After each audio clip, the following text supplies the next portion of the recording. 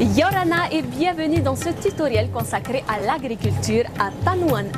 Le bio n'est pas une mode passagère. De plus en plus d'agriculteurs et de consommateurs se tournent vers le mode de production plus respectueux de l'environnement et des êtres vivants. En Polynésie française, 250 hectares de maraîchage et d'arbres fruitiers et 1400 hectares de cocoteries sont déjà certifiés en agriculture biologique. Mais un produit bio, qu'est-ce que c'est et comment le reconnaître en magasin? C'est ce que nous allons découvrir tout de suite.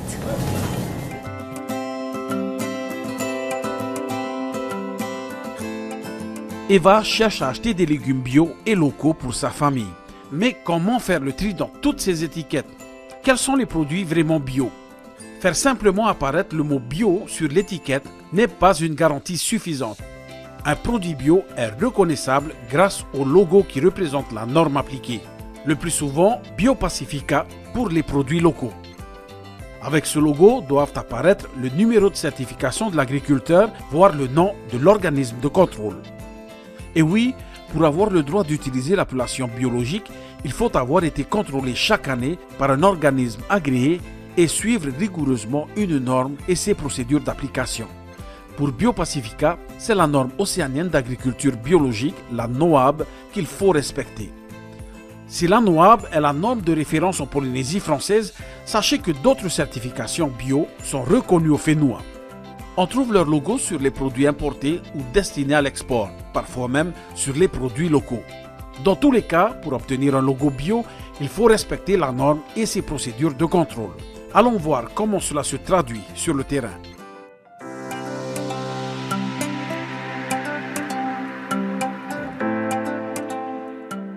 Nous sommes ici sur une ferme certifiée biologique.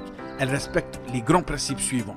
On recherche un niveau élevé de biodiversité bien adapté pour créer un équilibre écologique et diminuer le risque de maladies ou d'attaques de ravageurs. En plantant une diversité de cultures, en gérant des zones enherbées et en introduisant des bandes fleuries, les coccinelles, les abeilles et autres insectes bénéfiques s'installent dans le Fa'apu et aident l'agriculteur dans son travail. Avoir un sol vivant et en bonne santé est primordial.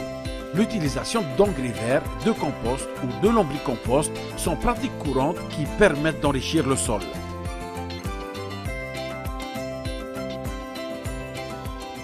Pour protéger le sol de l'érosion en cas de forte pluie et de l'impact du soleil, il est important de maintenir une couverture végétale. Pas de désherbant chimique. Il faut utiliser des techniques alternatives pour lutter contre les mauvaises herbes. Par exemple, désherbage mécanique, paillis épais, plantes couvre-sol et associations.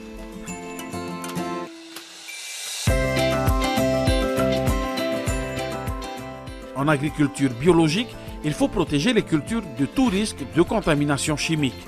L'agriculteur ne peut utiliser que des produits naturels. Il peut préparer ses propres mixtures à base de plantes ou de déchets de la mer comme répulsifs, biopesticides ou comme engrais.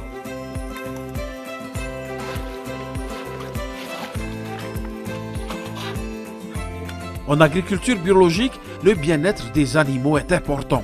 Ils ont accès à un parcours extérieur. Leur alimentation est constituée d'aliments certifiés bio.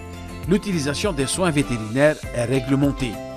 À ces grands principes se rajoute l'interdiction d'utiliser des OGM, y compris pour les semences et les plants. Vous l'aurez compris, consommer des produits locaux et bio, c'est bon pour la santé, c'est bon pour le FENUA. Pour plus d'informations sur l'agriculture biologique, vous pouvez vous rendre sur le site internet de la Direction de l'agriculture.